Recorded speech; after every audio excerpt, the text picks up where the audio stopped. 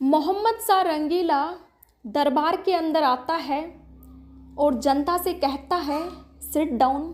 खुद सिंहासन पर बैठता है। अब जनता एक दूसरे को देखते हुए, एक दूसरे के कोड़े मारते हुए खूब हंसती है। अब मोहम्मद सा रंगीला पूछता है उनसे, क्यों हंस रहे हो तुम, क्या बात है। अब यार, राजा से कोई सीधे तो कैसे कहे कि तू नागा है। फिर राजा कहता है, क्यों हंस रहे हो तुम, वैसे ही फालतू में हंसते रहते हो, बात तो बताओ, बात क्या है। फिर उनमें से किसी एक ने बड़ी हिम्मत करते हुए, अपना दिल कठोर करते हुए कहा कि साहब नीचे तो देखो। मोहम्मद सा रंगीला ने अपने नीचे देखा। उसको पता लगा कि तू नागा है। अब उसको बेइज्जती फील हुई। सीधी सी बात है कि यार, जब कोई आदमी खुद को नागा देखता है और वो भी सभी के सामने, तो बेइज्जती तो फील होती है। अब मोहम्मद सा रंगीला को बेइज्जती फील हुई। अब बादशाह ये तो कैसे कहे कि गलती से नागा आ गया। अब उसने कहा, अच्छा तो तुम इसलिए हंस रहे हो कि मैं नागा हूँ। अब जनता ने कहा कि साहब, नागे आदमी को देख के हंसी तो आती है। फिर उसने कहा, ड्रेस कोड है ये आज का, इसलिए तुम सब कपड़े उतारो। उस दिन दरबार में जितनी भी जनता बैठी थी, सभी के कपड़े उतरवाए। और इतना ही नहीं, इतना बेलखड़ा मोहम्मद सा रंगीला था कि उसने तभी एक पेंटर को बुलाया और पेंटर से कहा, मेरी फ़ोटो बना। और इतना ही नहीं, वो फ़ोटो दिल्ली के हर घर में लगानी कंपलसरी थी। इसलिए मैं डाई हार्ट फैन हूँ अंग्रेज़ों की, कि गोरे बापड़े अपने यहाँ आए और इन बेलखड़े मुग़ल बादशाहों से मुक्ति दिलाई। वरना आज मोहम्मद सा रंगीला का कोई 10वां वंशज दिल्ली की गद्दी पर बैठा होता और वहाँ से ऑर्डर जारी करता कि मंगलवार के दिन सभी को नागे आना है, और आप सभी कोचिंग जिंदाबाद आते और जिंदाबाद जाते। फिर मैं और सोचती हूँ कि जब यहाँ पर राजा महाराजा पड़े रहते तो एजुकेशन ही नहीं होती, और जब एजुकेशन ही नहीं होती तो कोचिंग कैसे होती। इसलिए अंग्रेज़ों को आप सभी लाख लाख धन्यवाद दिया करो। और इतना बेलखड़ा मोहम्मद सा रंगीला जैसे अपने खूब आए, और इतना बेलखड़ा मोहम्मद सा रंगीला था कि उसको साफ साफ पता चल गया था कि नादिर शाह का अटैक होगा।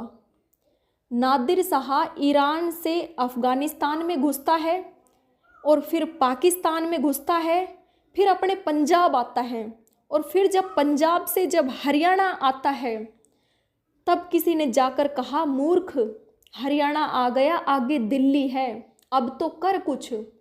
तब मोहम्मद सा रंगीला अपनी सेना लेकर करनाल जाता है। कौन सी जगह जाता है? करनाल। करनाल हरियाणा में एक जगह पड़ती है, वहाँ पर लड़ने के लिए जाता है। वहाँ पर नादिर शाह मोहम्मद सा रंगीला को इतना भयंकर हराता है, बहुत ढंग से हराता है, और लास्ट में हरा कर कहता है कि 50 लाख रुपए दे। अब मुग़ल बादशाह के लिए 50 लाख रुपए देना बड़ी बात थी नहीं। उसने कहा डन।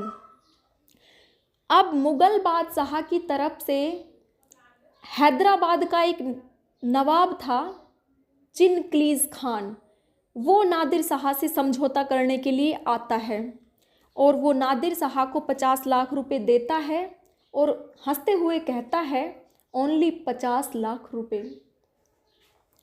अब जब ये बात, वहीं पर एक लखनऊ का नवाब बैठा हुआ था, उसको पता चलती है कि 50 लाख रुपए में समझौता कर गया, इसकी तो वैल्यू बढ़ गई, कितना समझदार आदमी है।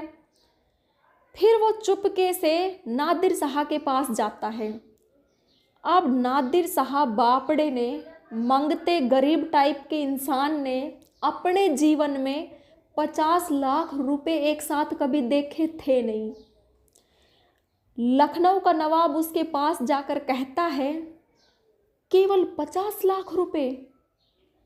तो दिल्ली चलो, 20 करोड़ दिलाऊंगा। अब नादिर शाह ने 50 लाख रुपए लौटाए और कहा अब दिल्ली चलेंगे और 20 करोड़ लेंगे। नवाब के साथ, लखनऊ का जो नवाब था उसका नाम था सादत अली खान, उसके साथ नादिर शाह दिल्ली आता है और कहता है ला 20 करोड़ दे। अब नवाब को भी पता था कि 20 करोड़ तो है नहीं अपने पास। 1-2 दिन उसने ट्राई किया इधर उधर से, नहीं मिले तो सुसाइड कर गया। इसलिए अपने यहाँ पर बेलखनों की कमी नहीं थी। लेवल है एक के बाद एक, सबका लेवल अलग अलग है। और फिर नादिर शाह दिल्ली पर ही जमकर बैठ गया और कहता है दिल्ली लूटेंगे। अब जहाँ जहाँ से पैसा मिल सकता है वहाँ से पैसा लूटा जाए। दिल्ली का जो लाल किला है वहाँ से एक एक ईंट निकाल कर पैसा देखा गया था और वहाँ से पैसा लूटा गया था।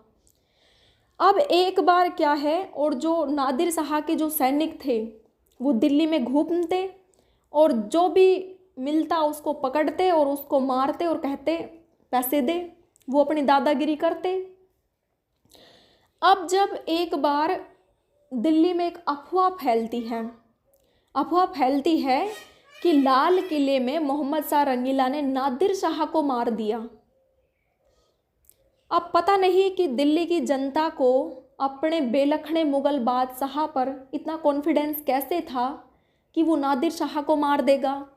अब जैसे ही ये अफवाह पूरी दिल्ली में पहुंचती है तो दिल्ली की जनता ने नादिर शाह के जो भी सैनिक थे उनको मारना शुरू किया। तुम्हारे राजा को तो मार दिया, तुम्हें और मारेंगे। अब जब ये समाचार नादिर शाह के पास पहुंचता है लाल किले के अंदर, तो लाल किले में एक जामा मस्जिद है। नादिर शाह जामा मस्जिद के ऊपर चढ़ता है और अपनी म्यान से तलवार बाहर निकालता है और कहता है जब तक मैं अपनी तलवार म्यान के अंदर न डाल दूँ तब तक दिल्ली में कत्ले आम मचाया जाए। सैनिकों ने दिल्ली की पूरी जनता को इतना काटा कि बच्चों को काट दिया गया, बुजुर्गों को काट दिया गया, मार दिया गया, महिलाओं के बलात्कार करके फेंक दिया गया और यंग या तो मारे गए या फिर भाग गए। फिर दोपहर के कहीं बाद जाकर जामा मस्जिद में जो काजी साहब थे वो जाते हैं नादिर शाह के पास और हाथ जोड़कर घुटनों के बल बैठकर कहते हैं, हे नादिर शाह, अगर अल्लाह ने तुझे इतनी शक्ति, इतनी ताकत दी है कि तू मुर्दों को जिंदा कर सकता है तो कर और वापस मार, और अगर तेरे पास इतनी शक्ति नहीं है तो तलवार म्यान के अंदर डाल, पूरी दिल्ली कट चुकी है। तब कहीं जाकर नादिर शाह अपनी तलवार म्यान के अंदर डालता है। इसलिए आज भी जब कोई कानून जनता को नुकसान पहुंचाता है उस कानून को हम नादिर शाही कानून कहते हैं। अब नादिर शाह जब दिल्ली में जब रहता है तो वो एक डांसर के पास जाने लगता है। एक डांसर थी जिसका नाम था नूरबाई। नादिर शाह नूरबाई के पास जाने लगता है और डेली नूरबाई को जाके बताए, आज मैंने दिल्ली से ये लूट लिया, इतने पैसे लूट लिए, ये लूटा, वो लूटा।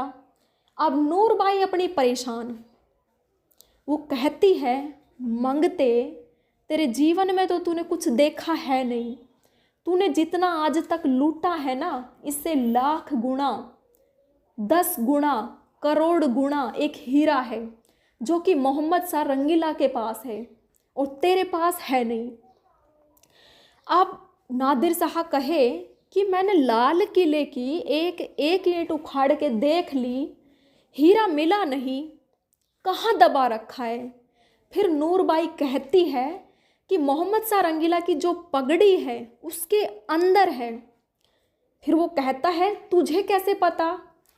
फिर वो कहती है कि तेरे से पहले वो भी इधर आता था। भाई साहब तू नया कस्टमर है।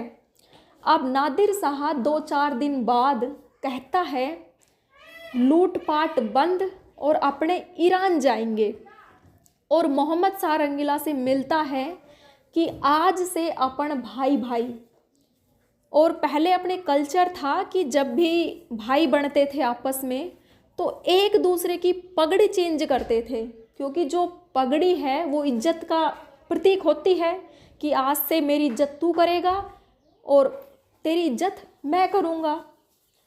अब और उसको दिल्ली के सिंहासन पर बैठाता है नादिर शाह मोहम्मद शाह रंगीला को। अब जैसे ही पगड़ी चेंज करते हैं, मोहम्मद शाह रंगीला समझ गया कि पगड़ी बदलने का मतलब क्या है, और मन ही मन कहता है कि मर गई नूरबाई। अब उसके बाद और उस जो पगड़ी थी उसमें था कोहिनूर। कोहिनूर नादिर शाह लेकर चला गया।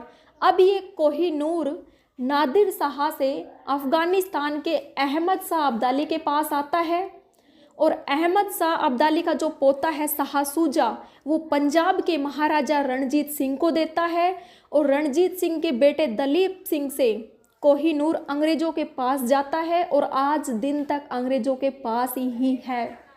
और अब अपना भाई बना है ऋषि सुनक। क्या वापस आ सकता है कोहिनूर? क्या पता चुपके से दे दे। इस